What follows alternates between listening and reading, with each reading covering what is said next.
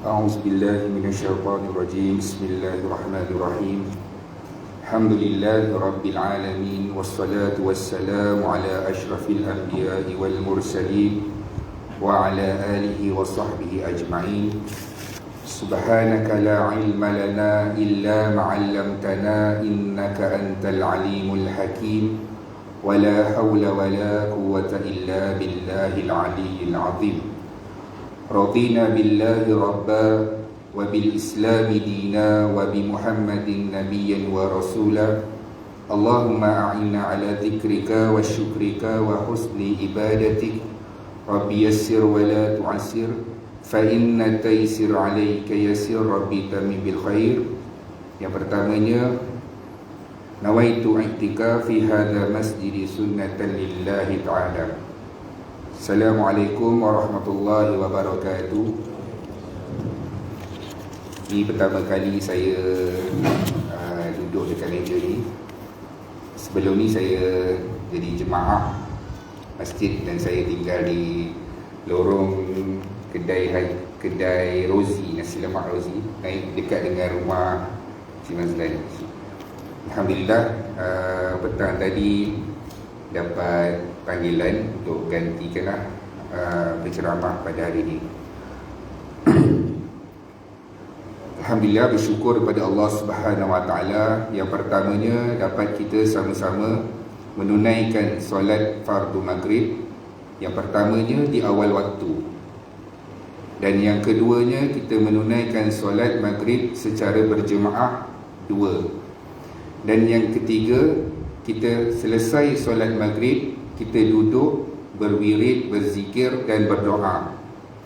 Dan yang keempat, setelah kita berduduk, berzikir dan berdoa, kita duduk untuk bersama-sama dalam majlis ilmu, sementara nak menunggu waktu antara maghrib ke isyak. Dan semua yang kita lakukan pada hari ini sebenarnya adalah ditentukan oleh Allah Subhanahu Wa Taala. Sebab tu Allah sebut dalam Al-Quran, A'udzu billahi minasyaitonir rajim. Bismillahirrahmanirrahim. Innaka la tahdi man ahbabta, walakinnallaha yahdi man yasha. Ayat ini merujuk kepada peristiwa Rasulullah sallallahu alaihi wasallam pergi ziarah bapa saudaranya Abu Talib yang ketika itu sakit nazak. Maksudnya sakit yang kalau dekat hospital orang kata sakit ni dah tak ada ubat, jadi boleh bawa balik ke rumah untuk keluarga jumpa dan duduk bersama keluarga lah. Jadi apabila Rasulullah sallallahu alaihi wasallam pergi ziarah Abu Talib. Abu Talib ni siapa? Abu Talib ni adalah bapa saudara Nabi. Kata Rasulullah sallallahu alaihi wasallam, innahu abi ba'dal abi. Abu Talib ni adalah bapaku selepas bapaku. Sebab apa? Sebab Rasulullah sallallahu alaihi wasallam tidak mendapat kasih sayang seorang ayah kerana Rasulullah kehilangan ayah waktu dalam kandungan. Dan apabila lahir, dibawanya Rasulullah sallallahu alaihi wasallam di perkampungan Sa'diyah untuk dibesarkan. Sebab apa? Itu dah menjadi kebiasaan orang Arab. Orang Arab apabila lahirnya seseorang anak itu akan dibesarkan di kampung. Sebab apa? Untuk mendapatkan suasana kampung, udara yang bersih.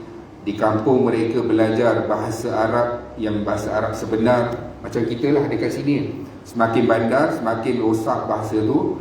Jadi duduk di kampung boleh belajar bahasa Arab, boleh belajar bercucuk tanam. Jadi menjadi lumrah bangsa Arab pada ketika itu akan menghantar anak-anak dalam keadaan bayi untuk dibesarkan selama 2 tahun. Di mana? Di perkampungan Sa'diyah ketika itu.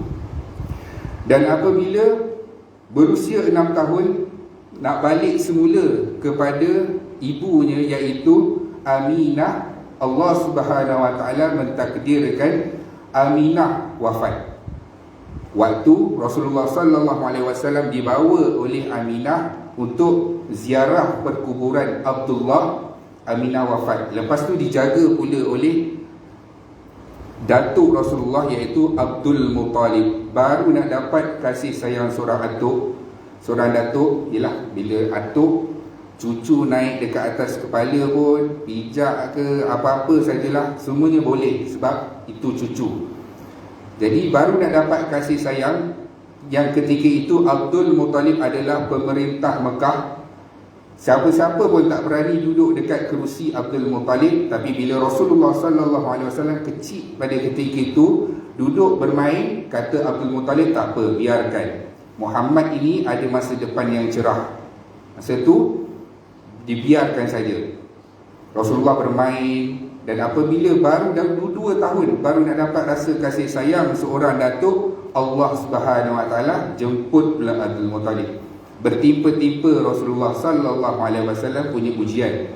Sebab itu kaedahnya, semakin besar dan semakin berat ujian seseorang itu, menunjukkan kasih sayang dan cintanya Allah Subhanahu Wa Taala kepada dia begitu tinggi. Sebab itu apabila kita sebut siapa yang paling Allah Subhanahu Wa Taala sayang, jawapan dia adalah para nabi dan para rasul. Dan tempat yang pertama itu disandang oleh Muhammad bin Abdullah sallallahu alaihi wasallam. Tempat pertama. Sebab itu kalau kita kata siapa makhluk yang paling diuji sekali di dalam alam ini, jawapan dia adalah Muhammad sallallahu alaihi wasallam. Dan berbalik pada peristiwa tadi, apabila Nabi datang menziarahi bapa saudaranya Abu Talib, Nabi kata apa? Wahai bapa saudaraku, ucaplah satu perkataan, iaitu La ilaha illallah Muhammadur Rasulullah. Tiada Tuhan melainkan Allah, Muhammad adalah Rasulullah. Supaya apa? Supaya aku dapat bantu kamu, memberikan syafaat kepada kamu. Tapi bila dengar ucapan itu, Abu Talib buat apa? Abu Talib tak buat apa-apa. Abu Talib memalingkan pandangannya. Yang pada ketika itu dalam rumah itu Abu Jahal ada dan para pemimpin Mekah ada kat situ. Dia kata apa? Abu Talib, dah berapa tahun dah kita dengan agama nenek moyang kita, takkan sekarang ini kau nak berpaling? Jadi Abu Talib tak sebut. Abu Talib meninggal dalam keadaan dia tidak mengucapkan La ilaha illallah Muhammadur Rasulullah. Menangis Nabi Muhammad sallallahu alaihi wasallam, berjujuran, basah janggut Nabi Muhammad sallallahu alaihi wasallam. Dan sebab itulah Allah Subhanahu wa taala turunkan ayat A'udzubillahi minasyaitonirrajim, innaka la tahdi man ahbabta walakinallaha yahdi man yasha. Wahai Muhammad, sesungguhnya engkau tak boleh pilih kepada siapa untuk engkau jadikan dia orang Islam. Untuk siapa yang engkau nak tentukan, yang engkau nak beri hidayah kepada dia. Aku, yakni Allah lah yang boleh menentukan pada siapa yang Allah nak bagikan kebaikan. Muhammad, kamu jalankan saja tanggungjawab kamu. Sebab itu kita tengok kisah Nabi Nuh yang berdakwah 90 lebih tahun, yang masuk Islam ketika itu tak sampai 100 orang. Sabarnya Nabi Nuh. Sebab tu Nabi Nuh dia berdakwah, ujiannya berat. Kita berdakwah, buat kuliah, jemput untuk orang tak datang, kita dah lemah semangat, dah patah semangat. Orang tak datang, orang tak ikut program masjid, kita dah rasa patah semangat. Tapi bila kita berbalik, sebab itulah kita kena melihat kisah sirah untuk apa? Sebab kita nak tengok semua kisah sirah ini adalah kisah-kisah manusia yang paling disayangi oleh Allah Subhanahu Wa Taala, para nabi dan para rasul. Untuk apa kita mempelajari sirah? Untuk kita mengikuti cara hidup orang yang dekat dengan Allah Subhanahu Wa Taala, iaitu para nabi dan para rasul. Sebab tu bila kita tengok ujian para nabi, nak pujuk hati kita tengok balik kisah sirah supaya apa? Dapat menenangkan hati kita. Itu adalah salah satu sebab kenapa Allah pilih kita untuk hadir majlis ilmu, duduk dekat masjid. Bukan sebab kita ahli masjid, bukan sebab kita datang masjid ni ayah kita bawa. Itu semua sebab Allah Subhanahu Wa Taala yang gerakkan. Ada orang masa lapang, waktu balik kerja pukul 5 petang nak sampai ke malam, tak ada apa-apa berprogram, tapi dia memilih untuk duduk di rumah, dengar berita ataupun tengok TV dan sebagainya. Tapi Allah pilih kita. Sebab tu apa yang kita dapat hari ini adalah disebabkan Allah Subhanahu Wa Taala yang nak kita berada di sini. InsyaAllah kita akan tengok sebuah kisah, sebab memandangkan bulan hadapan kita akan menyambut Raya Haji. Dan saya tengok pun kita dah mula dah buat nama-nama untuk agihan lembu. Lembu satu siapa, lembu dua siapa, lembu tiga siapa. Dan insyaAllah malam ni kita akan tengok kisah Nabi Ibrahim AS. Nabi Ibrahim AS, kisah berkenaan dengan korban. Berkenaan dengan korban. Nabi Ibrahim AS adalah salah seorang Nabi selepas Nabi Muhammad sallallahu alaihi wasallam. Bermakna kalau kita sebut Nabi-Nabi Ulul Azmi yang ada 4, Nabi Ibrahim mendapat tempat yang kedua. Nabi Ibrahim AS diuji oleh Allah Subhanahu Wa Taala tidak memiliki zuriat.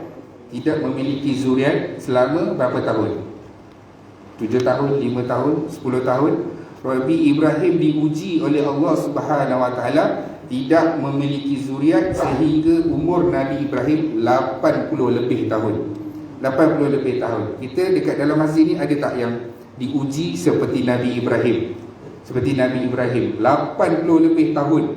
Sudahlah 80 lebih tahun Allah bagi tahu bahawa wahai Ibrahim, Sarah itu akik, iaitu mandul. Sudahlah diberitahu mandul. Nabi Ibrahim tidak memiliki anak lebih daripada 80 lebih tahun. Kemudian apa yang Nabi Ibrahim buat? Hari-hari Nabi Ibrahim menyebut, Rabbi habli minas salihin. Ya Allah, berilah aku seorang anak. Berilah aku seorang anak. Nabi Ibrahim berdoa dalam keadaan satu, Nabi Ibrahim tahu yang Sarah itu mandul. Kedua, Nabi Ibrahim hari-hari berdoa kepada Allah Subhanahu Wa Taala sehinggalah berusia 80 lebih tahun dah beruban dengan doa Rabbi habli minas salihin. Ya Allah, bagilah aku satu anak di kalangan anak-anak yang soleh. Sampailah satu ketika Allah Subhanahu Wa Taala, pada ketika itu Sarah dia ada seorang hamba yang dihadiahkan oleh pembesar Mesir Firaun pada ketika itu. Firaun ni bukan Firaun yang Nabi Musa. Sebab apa? Bila kita sebut Firaun, pemerintah di zaman Mesir, nama dia memang Firaun. Firaun ni menghadiahkan kepada Sarah satu hamba. Sebab apa? Sarah ni nak cuba digoda oleh Firaun, tapi Sarah tak layan. Apabila Sarah tak layan, Firaun ni dia menghadiahkan satu hamba itulah Hajar. Hamba itulah Hajar. Apabila lihat lama dah tak dapat anak, dia tengok Nabi Ibrahim hari-hari berdoa, dia kata dengan Nabi Ibrahim, wahai Ibrahim, kahwinlah dengan Hajar. Kahwinlah dengan Hajar. Maka apabila kahwin dengan Hajar, dapatlah Ismail. Dapatlah Nabi Ismail. Satu, Nabi Ibrahim diuji dalam keadaan 80 lebih tahun. Dalam keadaan 80 lebih tahun tidak memiliki anak. Kita di kalangan orang Melayu, apabila tak ada anak, baru 2 tahun, baru 3 tahun, dah sibuk dah cari doktor, makanlah macam-macam ubat. Orang sampaikan ada yang nak datang beraya pun tak nak. Sebab apa? Takut nanti keluarga belah ni saya tanya, tak ada anak lagi ke? Dah 2 tahun tak usaha ke? Macam-macam dia tanya. Tak usahalah, tak jumpa doktor lah. Jadi sampaikan si isteri ni ke ataupun si suami ni ke, bila dengar balik raya, pening dah kepala. Sebab apa? Nak jawab soalan-soalan macam ni. Sebab tu bila kita dengar kisah para Nabi, kita dengar ujian yang kita dapat, kita berbalik-balik dengan kisah para Nabi dan para Rasul ni, kita rasa ujian itu kecil je. Sebab para Nabi dan para Rasul, Nabi Ibrahim diuji 80 lebih tahun. Itu anak yang kedua, Ismail. Sebab anak yang kedua adalah Nabi Ishak. Nabi Ishak itu anak yang kedua, hasil perkahwinan dengan Sarah. Lama dah tunggu, sampai dah beruban. Ketika itu 3 orang lelaki, yang ketika itu adalah malaikat yang berupa lelaki, datang ziarah Nabi Ibrahim. datang ziarah Nabi Ibrahim untuk bagi tahu berita yang Sarah akan mengandung. Dan pada ketika itu Nabi Ibrahim menyediakan makanan, disembelihnya lembu, dibuatnya makanan, tapi 3 orang ni tak makan. Sebab apa? Sebab malaikat dia tidak makan dan minum bila dia berupa dengan manusia. Dia datang, jadi Ibrahim risau. Dia kata, adakah makanan yang aku beri ni tak halal? Tak halal sampai orang tak nak jamak. Jadi bila ditanya, barulah Nabi Ibrahim tahu yang 3 orang malaikat itu, 3 orang manusia itu sebenarnya adalah para malaikat yang diutuskan oleh Allah Subhanahu Wa Taala pada ketika itu untuk mengazab kaum Nabi Lut. Nak pergi azab kaum Nabi Lut, singgah sekejap dekat rumah Nabi Ibrahim untuk bagi tahu berita yang Sarah mengandung, akan bakal menjadi seorang ibu. Kiranya malaikat ini menyambil dalam keadaan nak pergi azab kaum Nabi Lut. Dia singgah dulu dekat rumah Nabi Ibrahim. Nabi Ibrahim hidang, jamah dan sebagainya, tapi para malaikat ini tak ambil. Nabi Ibrahim sampai saat tu pun dia tak tahu yang itu adalah para malaikat. Kita tengok dekat Malaysia ni, ramai orang senang-senang dia mudah. Kejap ada malaikat ni lah datang rumah, kejap boleh bercakap pula dengan orang yang dah tak ada. Nabi Ibrahim ni bukan taraf wali, dia adalah Nabi Ulul Azmi. Dia pun tak tahu yang itu adalah malaikat. Sampailah malaikat tu bagi tahu, wahai Ibrahim, kami malaikat, kami nak bagi tahu kepada kamu, Sarah nanti akan mengandung. Sarah masa tu dia tengah nak menyediakan makanan, dekat belakang tergelak Sarah. Sebab apa? Umur dah 90 lebih tahun, dah beruban, dia tak boleh bayang macam mana aku nak mengandung. Tergelak dia, macam mana aku nak mengandung dengan keadaan dah tua dan sebagainya. Dia gelak tu bukan dia nak mempersendakan nikmat yang Allah nak bagi. Dia tergelak tu sebab terlalu suka dan tak sangka pada umur 90 lebih akan mengandung. Itu anak dia yang kedua lah.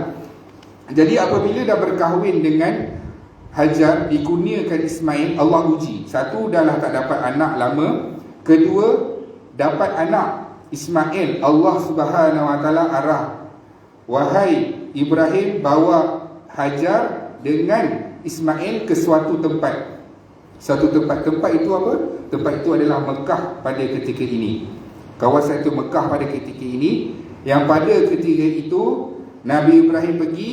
Masa tu pengangkutan kita boleh bayangkanlah, dalam keadaan 1000 km lebih daripada Palestin nak pergi ke Mekah. Kalau kita sekarang naik kapal terbang pun dah berjam.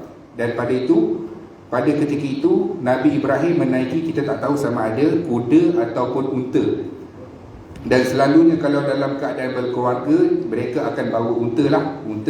Dinaikkanlah Hajar dengan Ismail yang ketika itu masih lagi menyusu. Allah tunjuk saja arah. Sampai satu tempat Allah kata, wahai Ibrahim, berhenti, tinggalkan anak kamu dengan isteri kamu dekat sini. Nabi Ibrahim berhenti. Nabi Ibrahim tengok keliling. Dia kata, masa tu Mekah, kalau kita tengok Mekah sekarang, tuan-tuan cabutlah Kaabah tu, cabutlah bangunan hotel-hotel yang ada sekeliling tu, cabut semua. Itulah keadaan Mekah pada ketika itu. Maksudnya satu lembah yang di mana pokok pun tak ada, binatang buas pun tak ada, air pun tak ada. Dalam Quran Allah bagi tahu biwairi zar'in, maksudnya tak ada, rumput pun tak ada. Dan ketika itulah Nabi Ibrahim turunkan Hajar dan Ismail. Turun Hajar dan Ismail, Nabi Ibrahim nak bergerak.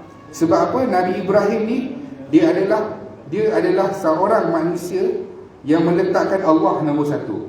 Kalau kita seorang Nabi, kita nak tinggalkan, kita, ya Allah, takkan nak tinggalkan kat sini. Kita berdoa, sebab kita Nabi, kita boleh berdoa pada Allah, ya Allah, kenapa tinggalkan kat sini? Nabi Ibrahim ketika itu nak pergi, Hajar tarik.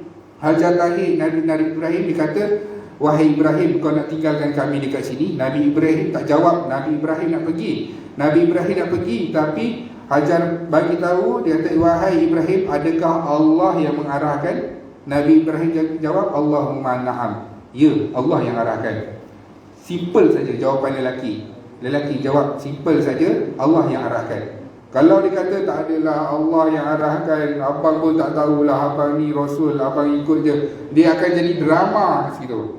Dia akan turun, menangis, berpeluk, lama tinggal situ, akan jadi drama.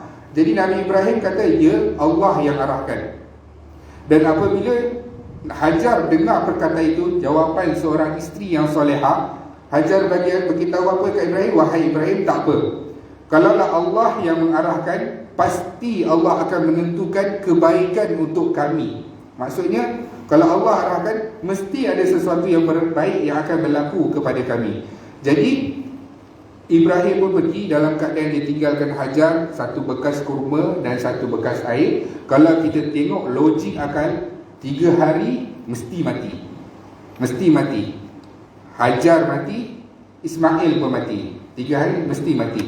Sampailah di tengah-tengah perjalanan, Nabi Ibrahim dah tak nampak dah isteri dia, dah tak nampak daripada pandangan dia. Barulah orang lelaki depan dia kontrol lagi. Jadi bila dah tak nampak depan mata, dia duduk dalam bilik seorang-seorang. Masa tu lah baru dia menangis. Barulah dia ni lelaki, dia selalu macam tu. Dah tak nampak pandangan daripada isteri dia, barulah Nabi Ibrahim berhenti. Dia angkat tangan, dia kata, ya Allah, aku tinggalkan isteri dengan anakku di satu tempat yang mana air pun tak ada, tumbuh-tumbuhan pun tak ada, satu tempat yang kering, ya Allah. Aku tinggalkan, ya Allah, kerana mengikut perintahmu. Ya Allah, jadikanlah isteri dan anakku di kalangan orang yang tidak meninggalkan solat. Sepatutnya Nabi Ibrahim kata apa? Ya Allah, hantarlah 2 botol air dalam masa 2 hari sekali. Ya Allah, hantarkanlah roti. Ya Allah, buatlah satu rumah untuk isteri. Tapi Nabi Ibrahim bagi tahu, ya Allah, jadikanlah isteri dan anakku di kalangan orang yang tak meninggalkan solat. Sebab apa? Sebab solat adalah kunci segala kejayaan. Sebab tu kalau kita tengok orang tu, dia sedekah, banyak dia sedekah, dia baca Quran, tapi kalau dia tak solat, habis. Sebab solatlah kunci Allah nak terima semua ibadah. Semua ibadah yang Allah terima adalah solat. Ada orang dia kata, tak apa, saya dah tiap-tiap tahun, tiap-tiap bulan saya bagi wakaf dekat masjid, saya bagi makanan dekat orang tahfiz. Dia rasa benda kebaikan yang dia buat tu adalah amal ibadah kepada dia, tapi dia lupa bahawa sebenarnya kunci ibadah adalah solat. Jadi Ibrahim doa, ya Allah, jadikanlah isteri dengan anakku di kalangan orang yang tidak meninggalkan solat. Sudahlah diuji, Nabi Ibrahim menziarahi anak dan isterinya dalam satu riwayat tidak lebih daripada 4 kali. Maksudnya dia pergi tu dalam tempoh 4 kali. Kita pun kata, apalah Nabi Ibrahim ni tak tengok anak ke. Kita tak tahu pada ketika itu jarak antara Palestin dengan Mekah beribu kilometer, dan perjalanan itu pun hanya menggunakan kuda ataupun unta. Dan apabila selesai, Nabi Ibrahim ziarah pada satu ketika, Ibrahim yang ketika itu dalam usia remaja. Allah Subhanahu Wa Taala uji lagi Nabi Ibrahim. Satu, dah lah tak dapat anak dalam tempoh yang lama. 2, apabila dah dapat anak, Allah suruh tinggalkan pula anak tu. Kita pun kalau saya tengoklah kawan-kawan saya yang dah ada anak, kita pergi kursus, hari-hari minta gambar anak, telefon isteri, hantar gambar anak. Padahal gambar yang sama je, anak yang sama, tapi hantar. Lepas tu dengan kita asyiklah cerita anak ni, anak dia ni, kita pun dengar cerita dia, suka. Nabi Ibrahim, anak dia yang pertama tak dapat anak lama, yang kedua Allah Subhanahu Wa Taala arahkan tinggalkan anak dia di satu tempat, dan dah lama tak datang. Ziarah pula Allah ilhamkan Nabi Ibrahim dengan mimpi bahawasanya Nabi Ibrahim, kamu menyembelih anak. Dia nampak dia menyembelih anak dia tu, anak dia Ismail. Sampai 3 kali dia mimpi, dia bawa anak dia Ismail, jom ikut abah pergi jalan. Sampai satu tempat, ditanya dengan Ismail, wahai Ismail, abah, ayah mimpi. Dalam mimpi ayah nampak ayah sembelih Ismail. Apa pandangan Ismail? Tengok dia Seorang ayah ditanya pendapat anak dia, bukan pendapat nak masuk asrama ke, pendapat nak beli motor mana ke, dia tanya pendapat ayah, apa yang kamu rasa Ismail, ayah sembelih kamu? Jawapan Ismail, dia kata, wahai ayah, jalankanlah apa yang Allah arahkan. Satajiduni insya-Allah. Dia kata, wahai ayah, kamu akan nampak Ismail ini di kalangan orang yang sabar ketika disembelih itu. Jadi itu jawapan dia. Kita nak suruh anak gunting rambut, bukannya nak gunting leher, pun dah bergaduh, berperang, baru nak gunting rambut. Ismail diminta oleh ayah dia pandangan. Apa pandangan kamu? Dia kata, ya wahai ayah, jalankan perintah Allah. Sebab apa? Sebab anak yang soleh. Anak ini pun Nabi Ismail. Dia kata, ya wahai ayah, jalankan perintah Allah. Jadi Ibrahim ni pun disiapkan peralatan dia. Disiapkan pisau yang diasahnya, disiapkan tali, kemudian dibawanya pergi satu tempat. Masa tu Hajar tak tahu. Sebab apa? Kalau bagi tahu dengan mak, habislah. Mak kata, apa lah abang ni, nak bunuh anak tu lah, anak seorang dah lah tinggal. Dia jadi macam, mintalah dekat Allah, jangan sembelih. Mintalah, kamu Nabi, mintalah pada Allah, jangan sembelih. Jadi Hajar tak tahu. Dibawanya Ismail ke suatu tempat, yang mana tempat itu tempat yang orang ibadah untuk menunaikan haji, di kawasan Mina. Di situ, sampailah dekat situ, Iblis datang goda. Iblis kata, wahai Ibrahim, tu anak tu, takkanlah Allah nak suruh sembelih, kan? Anak tu, Nabi lah, yang orang yang paling banyak kasih sayang. Apabila Ibrahim digoda macam tu, Ibrahim baling batu yang kita tengok ibadah melontar jamrah tu. Ibrahim batu, sampailah Nabi Ibrahim pergi.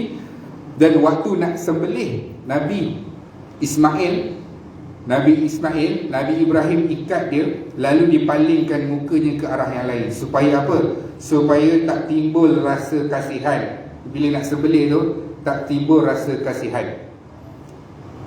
Kita kalau nak uji, kalau kita tunggu apa? Tunggu Allah punya ilham. Kata, wahai Ibrahim, kami uji je.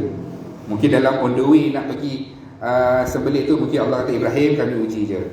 Dah ikat Ibrahim, kami uji. Kita menunggu perkataan itu, sehinggalah Allah nak lihat pisau itu mestilah ditarik dan diangkat di leher Ismail.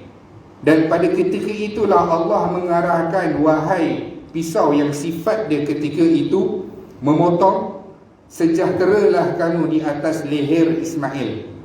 Seperti mana api yang Allah kata, tidaklah kamu membakar ketika Namrud nak membakar Nabi Ibrahim. Api yang besar tu bukannya api yang kita tengok dalam jarak yang tertentu. Dia punya bahan tu sehingga kan Namrud terpaksa mengarahkan tentera dia untuk membuat satu lestik besar. Sebab apa? Nak campak Ibrahim masuk dalam api tu. Kita api jarak dari sini pun kalau dah besar pun kita dah rasa bahang. Jadi nak campak Ibrahim tu, kena bagi satu lestik untuk dicampakkan. Dan apabila dicampakkan, api yang sifatnya membakar itu tidak membakar Nabi Ibrahim. Samalah juga peristiwa Nabi Ismail. Apabila nak disembelih, Allah arahkan, wahai pisau yang sifat kamu memotong, sejahteralah ke atas Ismail. Dah tarik. Banyak kali pisau itu mestilah ditarikkan. Barulah Allah kata, wahai Ibrahim, kami uji je kamu. Itu je. Sampai pisau dah tarik, dah tak boleh, kan? Dah banyak kali dah naik turun. Allah baru bagi tahu, wahai Ibrahim, aku uji je kamu ni. Sampai pisau tu dah ditarik, barulah Allah bagi tahu yang sebenarnya itu adalah ujian. Maka selamatlah Nabi Ismail, dan berpelukanlah dua beranak ini, Nabi Ismail dengan Nabi Ibrahim. Apabila mengenangkan itu adalah ujian daripada Allah Subhanahu Wa Taala, dan Allah menggantikan seekor binatang untuk kita, Nabi Ibrahim ketika itu, untuk sembelih. Dan itulah yang menjadi kita punya iktibar ibadah korban kita yang pada hari ini. yang di mana apabila Rasulullah sallallahu alaihi wasallam pada ketika korban, Nabi buat korban, Nabi bagi tahu kepada Aisyah, wahai Aisyah, bagi semuanya. Bagi semuanya, jangan tinggal sekalipun. Jadi bila Nabi pergi dengan urusan, bila balik Nabi kata dah bagi ke semua. Isteri ada juga tinggal, ada bang sikit bahagian ini. Nabi Muhammad sallallahu alaihi wasallam kata apa? Wahai Aisyah, semua yang kamu bagi itulah milik kita. Yang engkau simpan itulah bukan milik kita. Jadi para nabi dan para rasul, dia kalau mentarbiah keluarga dengan anak-anaknya, dia akan tarbiah yang paling tinggi. Yang paling tinggi maksudnya, kalau buat korban, bagi semua. Walaupun boleh ambil bahagian tu, tapi bagi semua. Sebab itulah kalau kita tengok dalam perang sekalipun, 1/3 daripada hasil rampasan ghanimah perang tu adalah untuk nabinya. Tapi Nabi tak ambil. Sepatutnya kalau dalam satu perang sahaja sudah cukup mengayakan Nabi Muhammad sallallahu alaihi wasallam. Tapi harta itu tidak akan kekal sehingga ke petang hari. Bila pagi Nabi ada harta tu, petang dah tak ada dah. Nabi akan bagi. Contoh para sahabat kalau nampak Nabi pakai rida, dia kata, "Oh cantik. Ya Rasulullah, cantik rida kamu. Cantik ke? Ambil." Dengan saya, kita semua yang ada dekat sini, dengan saya yang bercakap sekali pun tak mampu nak buat. Orang puji kita, cantiklah motor Cik, cantik ya, ambil ya. Dengan kita pun tak boleh nak buat macam tu. Bukannya kereta tu apa, kita benda yang kecil-kecil pun, makan ke apa, sedap itu makan. Kita pun tak ada rasa nak belanja dia. Sebab itulah para Nabi dan para Rasul, dia kalau tarbiyah yang paling atas. Sebab tu bila Nabi, bila duduk dekat satu lembah, orang daripada Yaman ke, hadiahkan kepada Nabi satu lembah yang penuh dengan ternakan. Nabi duduk tengok dekat atas. Sahabat datang, dia kata, "Ya Allah, banyaknya hadiah ni." Nabi kata, "Kamu kagum ke dengan hadiah ni?" "Kagum, banyak hadiah." "Ambil semuanya." Kau tiap boleh ke bagi separuh, tak apa, kamu ambillah 10 ekor daripada ni, kamu ambil, aku bagi. Itu pun dah terpuji dah. Tapi Nabi bagi semuanya. Sebab apa? Nabi yang apabila sahaja yang dihadiahkan kepadanya, harta itu tidak akan kekal. Sebab tu kita tengok Nabi susah. Bukan Nabi susah, Nabi pilih untuk menjadi susah. Sebab itulah Nabi bila ditanyakan oleh Allah Subhanahu Wa Taala, malaikat tanya, "Kamu nak jadi Nabi yang macam mana?" Nabi pilih, "Aku nak jadi Nabi di kalangan hamba, bukan di kalangan pemerintah." Nabi pilih. Allah tawarkan gunung emas. Macam mana kita tengok orang Quraisy bila nak hentikan stop Nabi ni, dia tawarkan Nabi. Mula-mula dia tawarkan apa? Dia kata, "Muhammad ni kita tawarkan dia jadi raja lah. Mungkin dia nak berhenti kot dakwah ni, tawarkan raja." Nabi tak nak. Oh, mungkin Nabi ni dia jenis orang yang tak nak pangkat.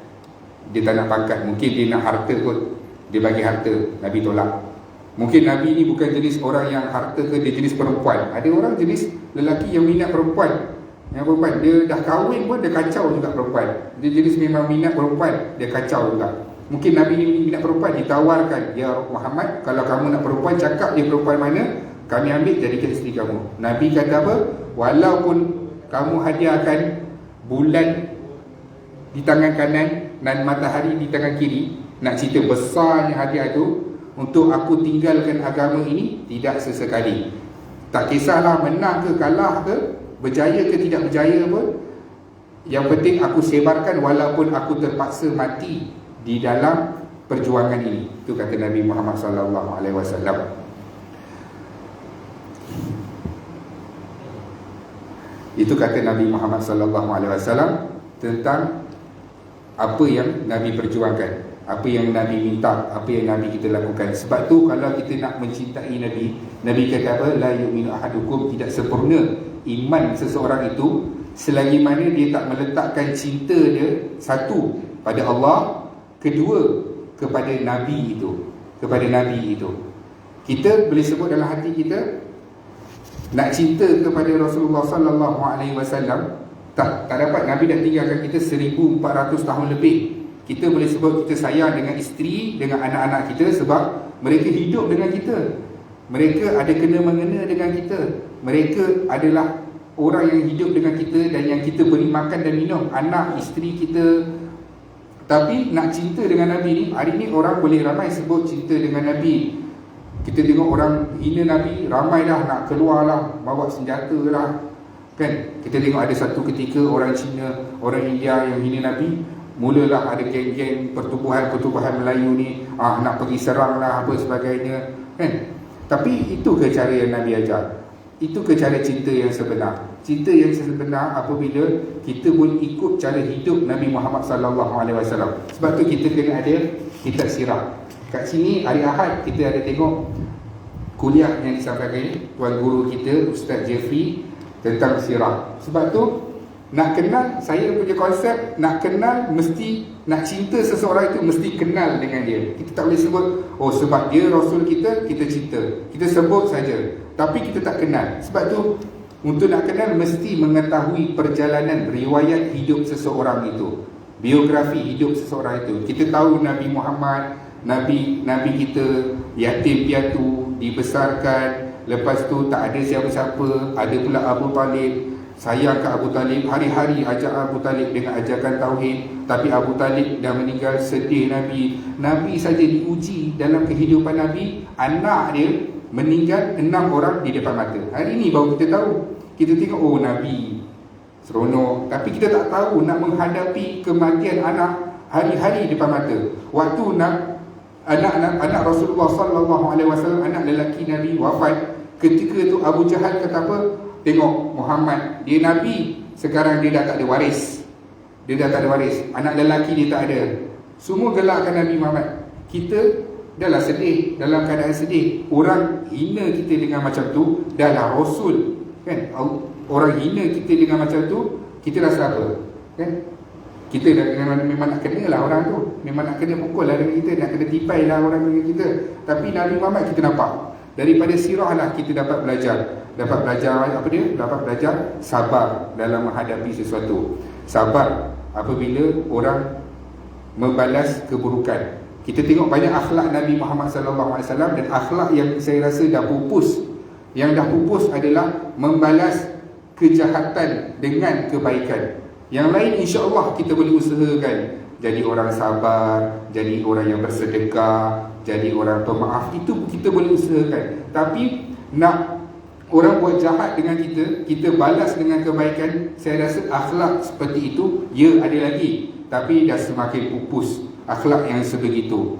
Apabila Nabi dituduh dengan seorang Yahudi, Nabi dituduh dengan Yahudi itu dengan tuduhan Muhammad, kamu dengan keluarga kamu semuanya penipu. Umar yang ada kat situ dia kata, ya Rasulullah, izinkan aku sembelih dia. Kalau kita lah, sembelih Umar dia, kalau kita lah.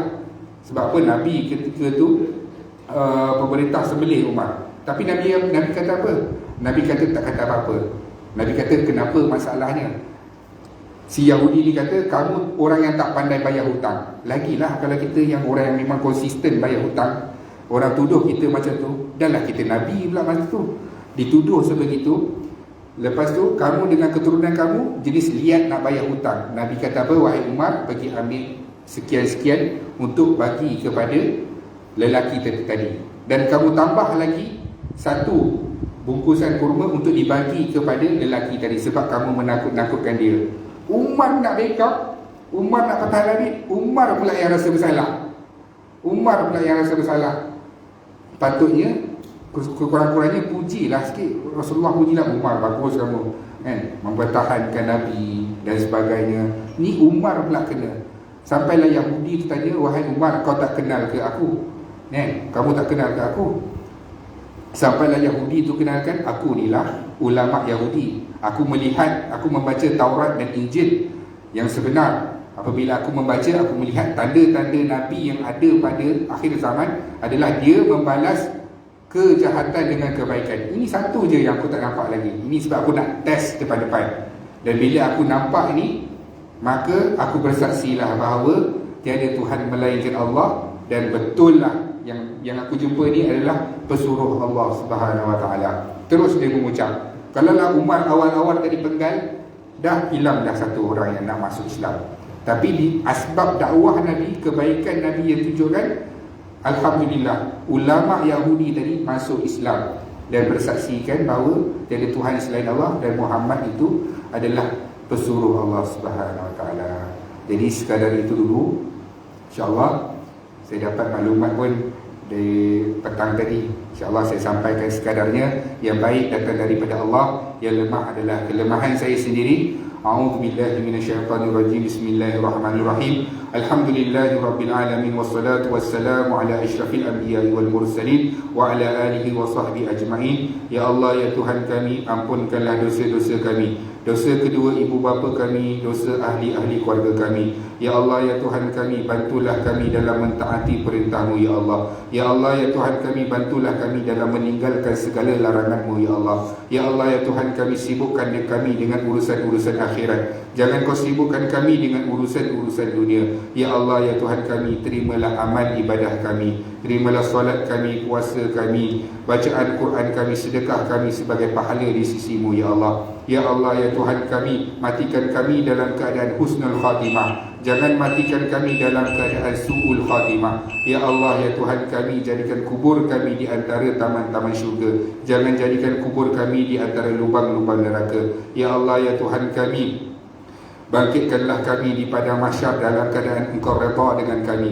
Berikanlah buku amalan kami dengan tangan kanan kami. Jangan Kau berikan buku amalan kami dengan tangan kiri kami. Permudahkanlah hisab kami, ya Allah. Ringankanlah timbangan kami, ya Allah. Permudahkanlah segala urusan kami dalam proses hisab kami itu, ya Allah. Ya Allah, ya Tuhan kami, pimpinlah kami dalam meniti titian sirat-Mu, ya Allah. Ya Allah, ya Tuhan kami, himpunkan kami, ahli keluarga kami, kedua ibu bapa kami, rakan-rakan kami ke dalam syurga Firdaus-Mu tanpa hisab dan azab, dan jauhkanlah kami daripada azab api neraka Jahannam. Rabbana atina fid dunya hasanah wa fil akhirati hasanah wa qina adzabannar. Wa sallallahu ala sayyidina Muhammad wa ala alihi wa sahbihi wasallam. Walhamdulillahi rabbil alamin. Qabalallahu minkum.